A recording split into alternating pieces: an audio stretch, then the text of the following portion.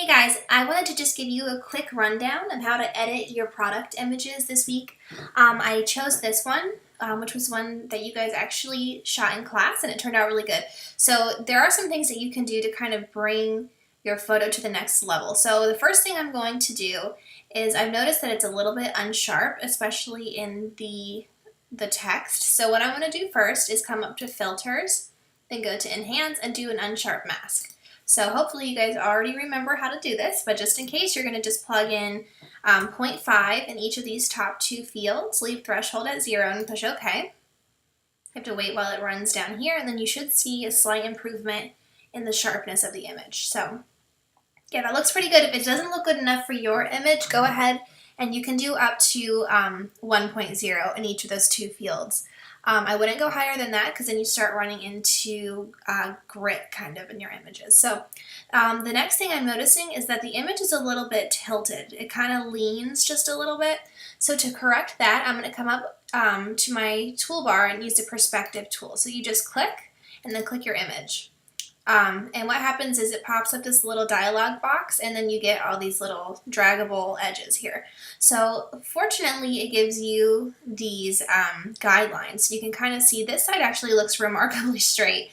It looks like there was just a little bit of a perspective shift on this side. So from what I can tell based on this line is that I just need to drag this a little bit to the right to make it a little bit more straight. So let me just do that.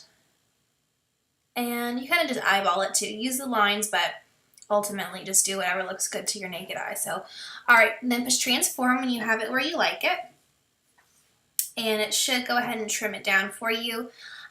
For good measure, just because GIMP doesn't always trim the edges, I just come, once I do a perspective alteration, I just come up to the crop tool, which is here, the little X-Acto knife, and I just follow the edge of the image like this, because you can see these marching ants right here kind of indicate that there is still information beyond what I can see. So just to make sure it's not there when I export, I'm just going to go ahead and do that and push enter, and it'll just crop any excess away.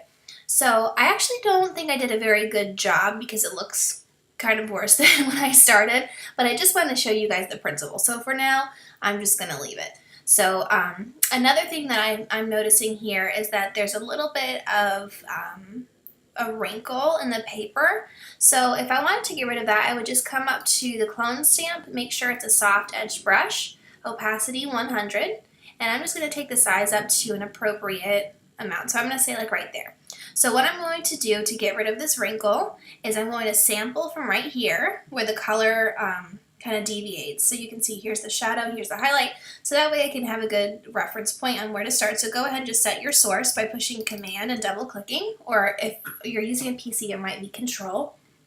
And then come up to here, place it right in the center, and try to follow that same shadow highlight divide. Click, hold it down. I'm sorry, by it I mean hold your mouse button down. And then it should, as long as you don't let up on the mouse button, it should take that right out for you. So I think that looks a lot better. It's not as distracting. There are a few more back here, but they don't really bother me because they're kind of out of focus. So beyond that, I think the color could stand to be a little bit better, as well as the brightness. So we'll go ahead and start out by coming up to Colors, Levels, and just go ahead and level your image. So in this case, you don't want to head for the hills because, as you can see, there's a lot of highlighting area in this, but I'm sorry, a lot of I'm so sorry, I just lost my train of thought. This is the shadow. There's not a lot of shadow in the image, is what I was trying to say. So you don't want to do, like, to head for the hills, you'd have to do that.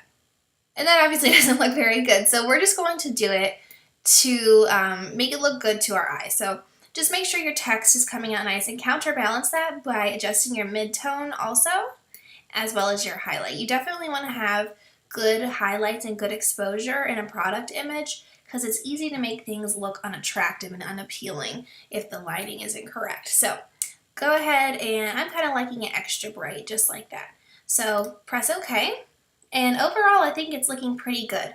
I'm not thrilled with this composition. It's a little bit of a bullseye. So what I can do, obviously you guys probably know this already, come up again to the crop tool and just kind of experiment, see if you can improve that composition at all. So I don't think I'm going to be able to really within any, without totally mutilating the photo, but I'm just going to give it a go anyway and see what happens. Yeah, I'm not really seeing that as a whole lot of an improvement. So I'm just going to leave it at the original. So when you're shooting a product image, for example, with the gradated background and the color that we have in this image, this would probably be more of an ad image. So ideally, you would add text or have shot this with some negative space, maybe doing kind of a off to the side kind of composition to leave room for text. So, but since we were just doing this in class, it's a good product image. The one last thing that I wanted to address that you'll run into if you shoot metal, glass, really anything, especially with artificial lighting, is this really burnout highlight right here. So what I'm going to do is just to zoom in. So go to the magnifying glass and then go ahead and click on the highlight here. So I'm not going to do a whole labor-intensive clone stamping of this.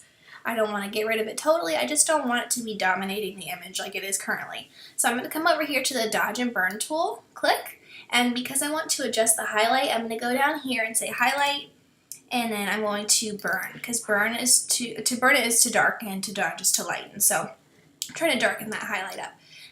Lower your opacity because you don't really want to use the Dodge and Burn tool at full opacity because it becomes really obvious. So go to like 20 or whatever suits your fancy. Make sure again that you have a soft edge brush, and then go ahead and bring the size down so it's pretty close to the width of your highlight. And then just do like that. So you can see I actually have chosen too big of a brush and also too great of an opacity. So I'm going to undo that. And I'm going to come down to a really low opacity, like 6.7. And then I'm going to go even lower. And I'm actually going to use the Shift tool. So how you do that is you click once, you hold Shift, and then it'll throw that line up there. And then you just click again, and it'll burn it down for you. So zoom out. I'm looking at it now. It doesn't seem to be that much of an improvement. So I would actually still do it, but just at a lower opacity. So let me try one more time. This is kind of a trial and error process, and it just makes a slight difference. So let's call that a success. So overall, I think that looks pretty good. If you wanted to dodge out maybe your white text so that it just has a little bit higher contrast, as you can see, this has kind of gone to a soft gray where it says Pombaya. We are going to go ahead and go back into our Dodge and Burn tool, change it to Dodge to lighten it, and then we're going to keep it on highlight. Excuse me. So I'm going to up that just a little bit because when you're dodging instead of burning, you can usually use a higher opacity and you get away with it. So it should only really affect the highlights. So as you can see, it's doing a little bit more than just the text. So I just did the whole general area, and it looks kind of like that. So that's a personal preference thing. You don't have to do that. You can do it down here too. Don't do a terrible job like I just did. Just kind of maybe lower your opacity, lower the size. I'm just doing a quick job just for informational purposes. But overall, I would say that it looks pretty good. If you guys have any questions or you're having trouble getting your shots to look right, just send me an email and I will be happy to help you out. All right, good luck, guys.